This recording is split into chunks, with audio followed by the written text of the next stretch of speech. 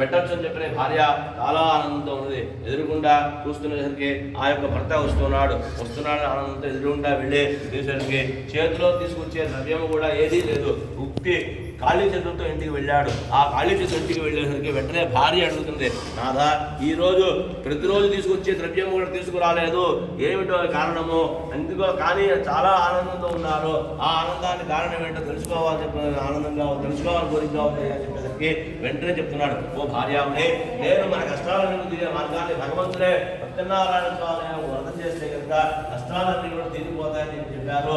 కనుక మనమిద్దరం కూడా రేపే ఆ వ్రతం చేద్దామని చెప్పని ఆ భార్యాభర్తలు ఇద్దరు కూడా సంతోషంతో సంకల్పం చేస్తున్నారు. ఆ సంకల్పం చేసిన తర్వాత ఆ రోజు రాత్రంతా కూడా ఆ భార్యాభర్తలు ఇద్దరు కూడా ఆనందంతో నిద్రపోకుండా ఉదయంలో లేచి స్నాన సంధ్యావనంలో నిర్వర్తించుకుని మరల స్వామికి నమస్కారం చేసుకుని, ఓ సత్యనారాయణ ప్రభో, ఈ రోజు ఏదైతే ద్రవ్యం లభిస్తుందో ఆ ద్రవ్యమంతా కూడా నీ పూజకి వ్యక్తిస్తాను, ఏదైతే ఉంటుందో ఆ ద్రవ్యంతోనే ఈ యొక్క పూజ చేస్తానని ఆ రంగాలకు ప్రభావం ఉంటే ఆ యొక్క రాజుగారి శుభ్రం ఉంటే, ఓ రాజా నీవు పూర్వం ఇది దొంగలు గుర్తించావు కదా, వారిద్దరూ కూడా దొంగలు కాదు, నీ రాజ్యంలోకి వ్యాపారం చేసుకోవడానికి వచ్చిన వయస్సులయ్యా, కనుక సూర్యోదయానికి పూర్వమే వాళ్ళిద్దరిని విడిచిపెట్టేసి లేనితో నిన్ను రాజ్యంలో ధ్వంసం అవుతుందని చెప్పి శాప చెప్పించాడు. ఆ శాపాన్ని ఉలిక్కబడ్డ రాజుగారు 4 పక్కలు కూడా చూశారు. అంతా కూడా సింహ చీకటిగా ఉదయం సభ ఏర్పడి సభలోని వారు అందరూ చెప్పాలని చెప్పి ఉదయం సభ ఏర్పడితే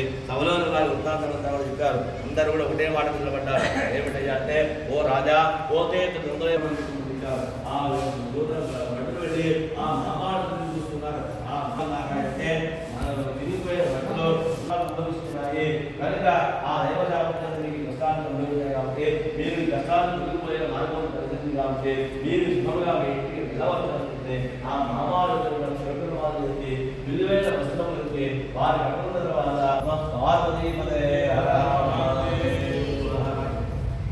మంగళ నిరాజనాస్పురమి నమ పార్వతీ పదే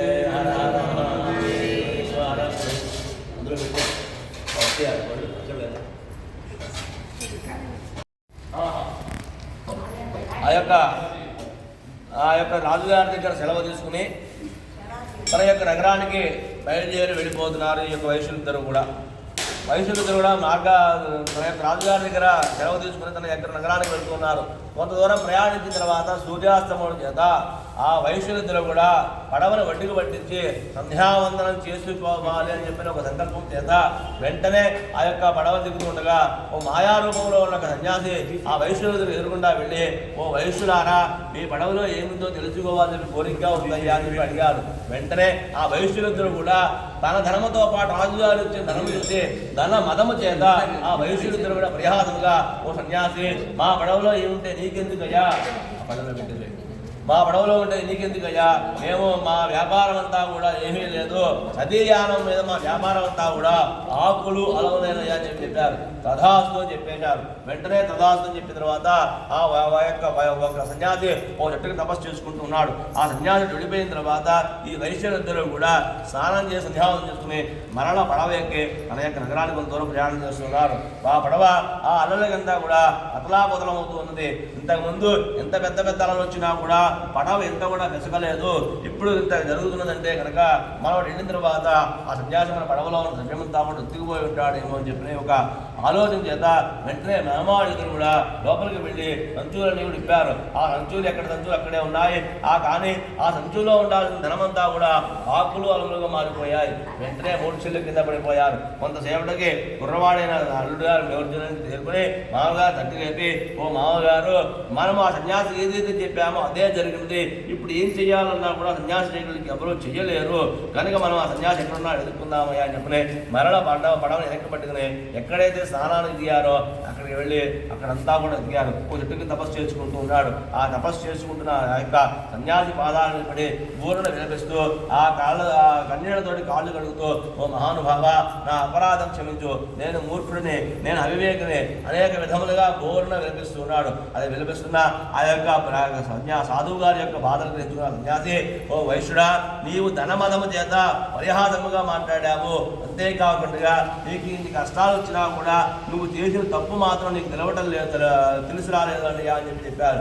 ఆ మాటలు విన్న సాధువు గారు, నేను పూర్వము ప్రతి దేవాలయానికి అన్నీ కూడా దానాలు ధర్మాలు చేస్తున్నాను, కానీ నేను ఏం తప్పు చేశానో నాకు ఇంత కూడా గుర్తు రావటం లేదు మహానుభావ, అది ఏంటో వివరించవలసింది అని చెప్పారు. వెంటనే ఆ సన్యాసి చెప్తున్నాడు, నీకు సంతానం లేనప్పుడు సంతానం చేస్తాను సంకల్పించుకున్నావు కదా, ఆ స్వామి యొక్క అనుగ్రహం చేత నీకు సంతానం కలిగినది కనుక అప్పటి నుంచి ఇప్పటి వరకు కూడా నువ్వు ఆ యొక్క సత్యనారాయణ స్వామి వ్రతం ఆచరించలేదు కనుక ఎప్పుడైతే నువ్వు వ్రతం ఆచరిస్తావో నీకు అంతా కూడా శుభం కలుగుతున్నటువంటి సంశయం లేదని చెప్పి ఆ యొక్క సాధువు గారు వెళ్ళిపోయాడు. తర్వాత వెంటనే ఆ వైశ్యులిద్దరూ కూడా పడవంతా కూడా ఎతికారు, ఎక్కడే ద్రవ్యం లభిస్తుందా, ఆ ద్రవ్యంతో పూజా ద్రవ్యాలు కొనుక్కోవాలని చెప్పిన ఆడవలసిందిగా ఒక చోట కొంత ధనం కనిపించింది. ఆ ద్రవ్యమంతా కూడా తీసుకుని వెళ్ళి తనకి కావాల్సిన పూజా ద్రవ్యాలను కొనుక్కొని వచ్చి ఆ మామాళ్ళిద్దరు కూడా ఆ నదీ తీరం నుండి వ్రతం చేసి తీర్థ ప్రసాదాలు స్వీకరించి మరల లోపలికి వెళ్ళేసరికి ఎక్కడ సంచులు ఉన్నాయో ఆ సంచులన్నీ కూడా ఏదైతే రాజు ద్రవ్యం ఉందో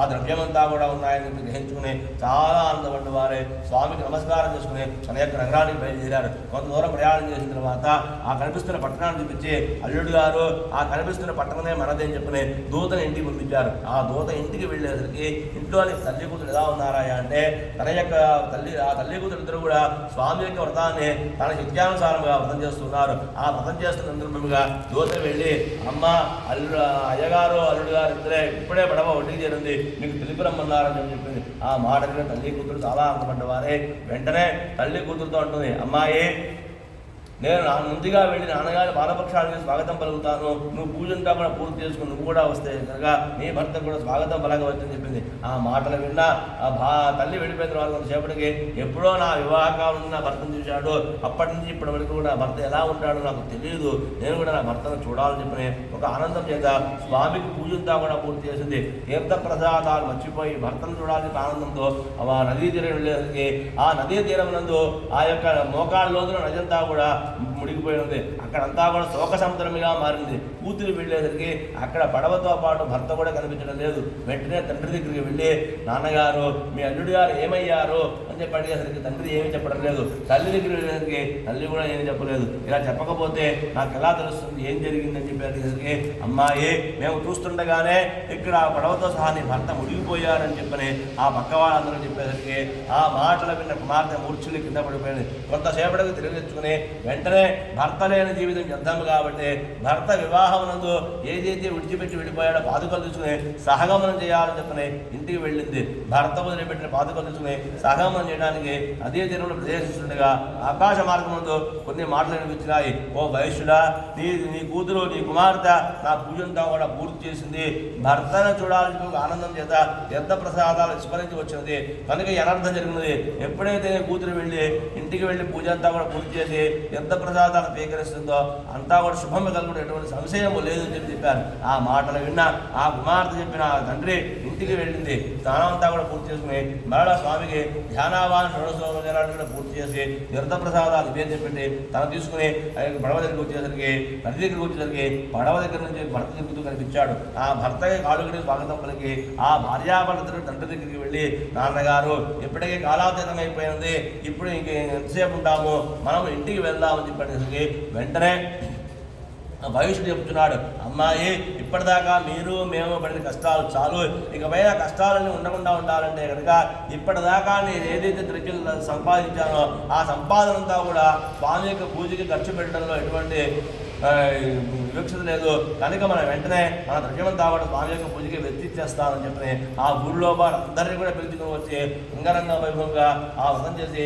ద్రవ్యమంతా కూడా వచ్చిన వారందరికీ కూడా ఖర్చు పెట్టించాడు. అది అంతా కూడా పూర్తి చేసుకుని ఆ యొక్క మామాళ్ళిద్దరూ కూడా బ్రతికినంత కాలం కూడా ప్రతి ఏకాదశి పౌర్ణమి నందు రవిశంకరునందు ఈ వ్రతం చేసి అంతిమ మోక్షం పొందారయ్యా అని చెప్పని స్కాంద పురాణ రేవాకాండే సత్యనాకృతాయ చతుర్థోధ్యాయ సమాప్త పార్వతీ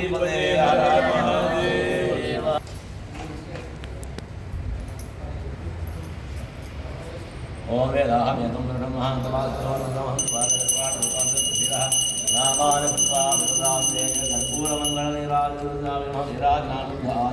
పార్వతీపదే హర హర మహాదేవ సేటు వచ్చిన కాయం కదా మహావిష్ణువు నారద మహాముని సూతమా సౌనకాదుగా స్కాంద పురాణ నిర్వాకాండే దక్షిణాయ పంచమోధ్యాయ సమాప్త నమ పార్వతీపదే హర మహాదేవ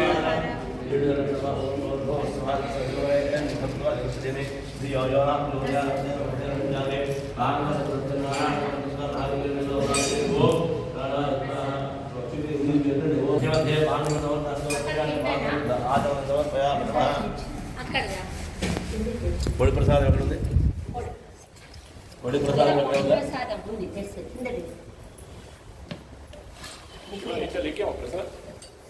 షీరా ఎక్కడ ఉంది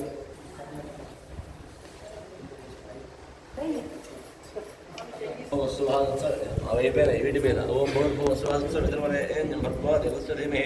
ధియో యోన ప్రచోదయారాంగ పర్వతనారాయణ స్వాధూపహారిత మహానైవేద్య మహానైవేద్య నివేదయ ఓం ప్రాణాయ స్వాహా ఓం ప్రాణాయ స్వాహా ఓం జ్ఞానాయ స్వాహా ఓం దానాయ స్వాహా ఓం సమానాయ స్వాహా బ్రహ్మణే మధ్య మధ్య పాదం సమర్పయాస్వ హృదయాలయ పాదోర్ణంగ ఆచమనం సమర్పయామి కర్పూరమంగళ నీరాజన దీపం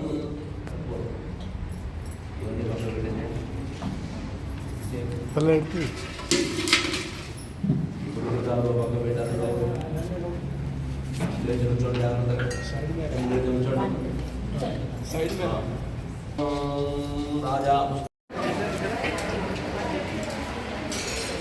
రకాడు కావాలి కదా